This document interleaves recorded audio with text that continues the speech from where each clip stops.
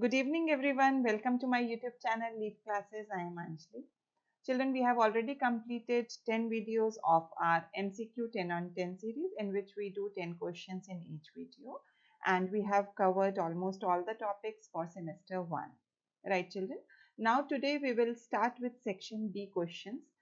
Children, before we start for this, now as you know, the exams are postponed. The first semester exams are postponed, and all of us, we are in dilemma whether the exams will be online, offline. Children, all these things are out of our control.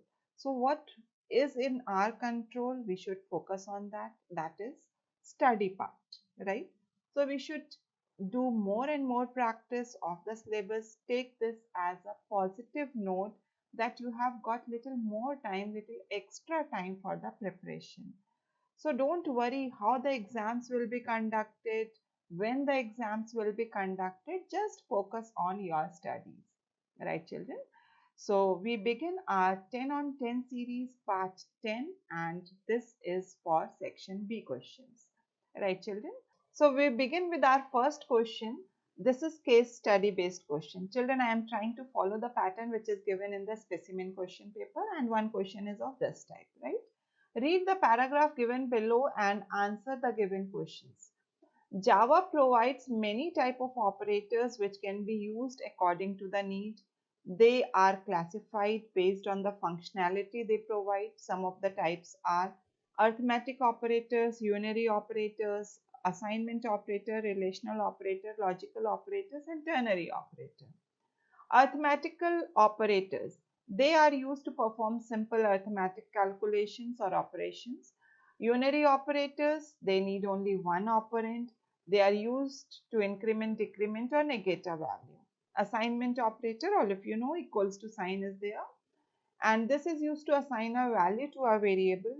It has right to left associativity, that is, value given on the right hand side of operator is assigned to the variable on the left, and therefore right hand side values must be declared before using it, or it should be a constant.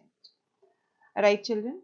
Now here what I want to suggest you, although the paragraph will be given, right, the question will be based on that, but sometimes the question may vary. It may be on the paragraph, on the topic which is given, but exactly not from that paragraph, and obviously this paragraph will be from your syllabus only. So please don't say that this particular question or this particular statement is not given in the paragraph, so this question is invalid. No, children. This question, the paragraph belongs to your topic, which is there in your syllabus, right? So you should be able to answer any question which is based on this case study. This is just for a reference. You should be able to answer even this paragraph is not mentioned, right? So the first question of this is operator in Java is. The options are a digit, a symbol, a letter, or a variable. All of us, we have done that. An operator is a symbol. Symbol, you have done different types of operator, like you have plus operator, this ampersand, this is logical, and you have assignment operator. Different operators are there. So basically operators are the symbols which are used for accomplishing some particular task, right? So operator in Java is a symbol. Option 2 is the correct answer. We move to the next question. The paragraph remains same. Assignment operator is a right associative, left associative, relational operator, or all of the above. Children, here if you see, it is mentioned this assignment operator is used to assign a value to any variable. It has a right to left associativity. So what do you mean by this? It is right associative or left associative? Children, in assignment operator, let me give you one example. If it is written A equals to B plus C, that means the value which is given on the right side is calculated first, and then that value is assigned to the variable which is on the left side. So this type of associativity is known as right associative, right? So option 1 is the correct answer. Here one more thing is specified, that the variables which you are using here should be either declared before or they should be constant. You can write a equals to b plus c, and where you have already declared b and c variables before this. Or you can simply write a equals to 5 plus 10, where 5 and 10, these are the constant entries. Right, children? So please pay little attention. The question can be asked in any form. We move to the next question. Which of the following is ternary operator? Children, here the examples type of operator is mentioned, that ternary operator is one type of operator. But in the paragraph given, nowhere it is mentioned that which is the symbol used for ternary operator. But this is of your syllabus, so you should be knowing. The options are question mark equals to question mark colon and question mark semicolon. We know ternary operator is an operator which takes three operands, and question mark colon, this is the ternary operator. Right, children?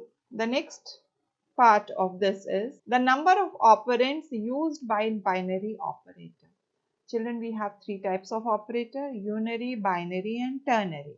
Unary operator takes only one operand, binary takes two operand, and ternary operator takes three operands, right? So here binary. All of you know that by stands for two, right? So wherever this by word is there, relate something where two is there, okay? So the correct answer for this is 2. The number of operands used by binary operators are 2. Now we move on to the next question. The variables given on the right hand side of assignment operator must be declared before using it, declared after using it, declaration is not required, and anywhere in the program. It is clearly mentioned in the paragraph also that it should be declared before using it. So option 1 is the correct answer. Children, whenever we do any video for MCQ series, I want all of you to do it before I tell you the answer. And then only you can check your answers with mine, and I know all of you are going to do it correctly. Okay. The next question is, which of the following is logical operator? And we have the options. First, single equals to sign. Children, all of you know this is assignment operator, which is used to assign a value to a variable, right? Then double ampersand. This is logical AND operator. Double equals to sign, this is a relational operator which checks two quantities for equality, and plus plus is increment, and it is unary operator. So which of the following is logical operator? Option 2, that is double ampersand symbol, logical AND it is, right? Now we move on to the next question. Children, here the program is there. The following program checks whether the entered number is prime or not. Fill in the blanks with the appropriate option. Children, here I want that all of you should try all the programs, and at least one program based on number programs is always there in the exams. So if you know the program, it is not at all problem for you to fill in the blanks using the given options, right? So here the blanks are marked with A, B, C, D, E, and the class name is given public class prime number, then public static void main, int, n, and I. These two variables are declared. Boolean flag equals to. Children, when we write prime number program, all of you know that prime numbers are the numbers which have only two factors. So in this type of questions, we take a flag. Flag works like an indicator, which is false or true depending upon the condition. So here if you check the program, in while loop it is given if the variable n which we have taken from the user has entered this number in n, modulus I. This modulus symbol is used to check whether the number is fully divisible or not, whether you are getting the remainder as 0. So when you are getting the remainder as 0, that means the number has a factor, right? So you are making it flag as false. So in the beginning, what we should do, we should take the value of flag as true, right? So when whenever you are getting a factor of that, it is becoming false. So the correct option for blank A, you have options true, capital T is written here, false with capital F, true and false all in small case. Now children, true and false, this we are going to store in Boolean variable, right?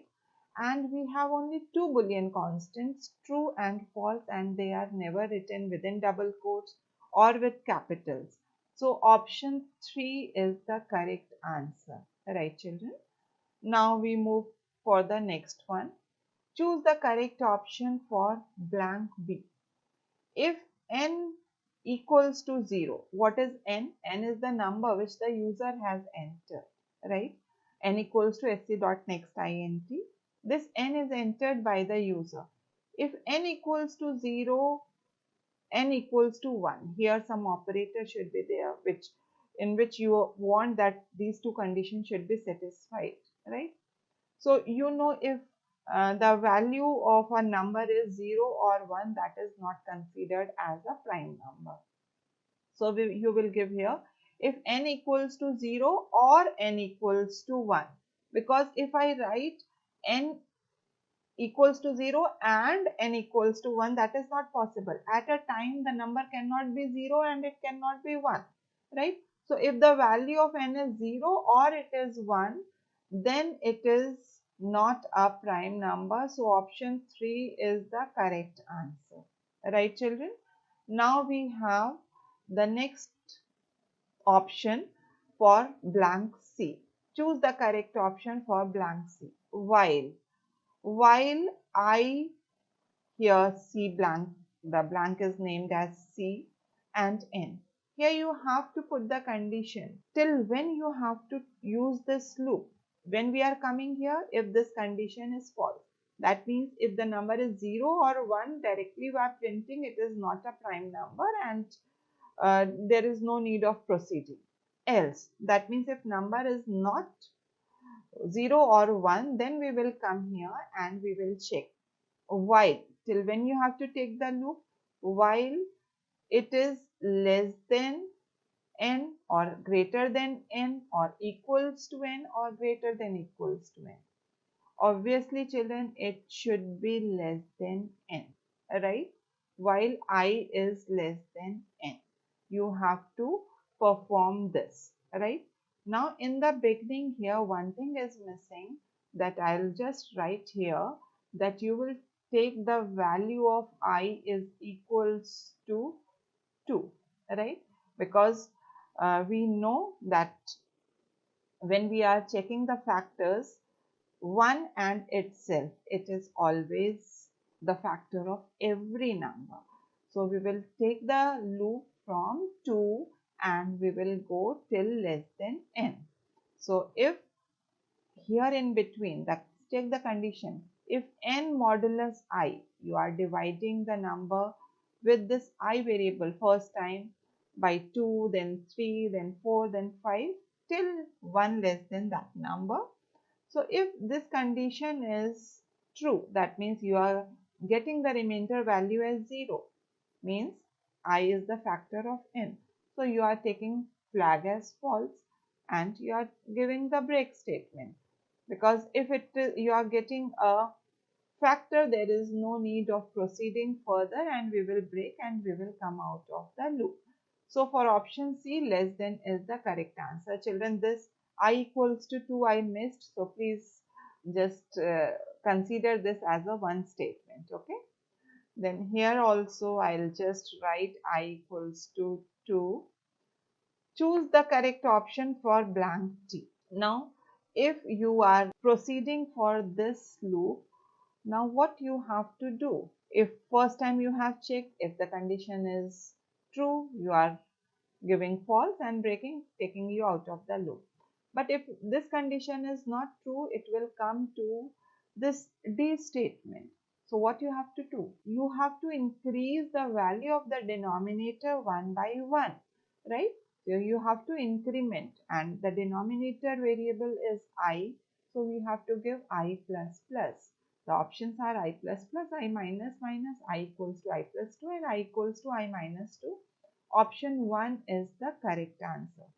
Suppose, let me take one example. Suppose the number is 5. The number n equals to 5 is entered by the user. And then we are taking the value of I as 2. The loop starts from n modulus 2 equals to 0. No, it will come here. It will increase the value. 5 modulus 3 equals to 0. Then 5 modulus 4. So this has to be increased every time till I is less than n, right? So I plus plus is the correct option. So after, when this entire loop is over, when we have completed the loop, and then you will check what the condition you have to check, and that is our question E. Choose the correct option for blank E.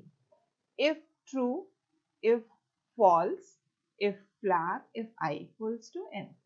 Children, here depending upon this condition only, the print statement will be displayed, whether the number is prime or it is not prime, right? So what should be the condition? True, false, flag. So children, here if I write true, if true, that means always we will get the answer as number is prime, because when that is evaluated already true is written. False, we doesn't make any sense. Then flag, yes, the correct answer for this should be flag, because the value of the flag will be either true or false. So when you are getting any other factor of n, the value is turning to false, and if we are not getting any factor, the value remains true. So it will check the value of flag. If it will be true, the output will be number is prime, and if it is false, the value will be number is not prime, right? So the option 3 is the correct answer, right children? So we have done today 5 parts of question number 1 and 5 parts of question number 2. Children, this time we have made the video very late, literally very late, and definitely I'll try to make the videos with more frequency. And now we have got little more time, little more extra time, so don't get disheartened. And what we can do, we have to do, that is study part, right? So with this we wind up today's video, and definitely I'll bring another video very soon. Till then, keep practicing, keep working hard children. Those who haven't subscribed the channel yet, please do subscribe and press the bell icon so that you get the notifications for all the videos and no important topic is missed by you. Keep practicing, keep working hard, keep solving MCQs. God bless you children.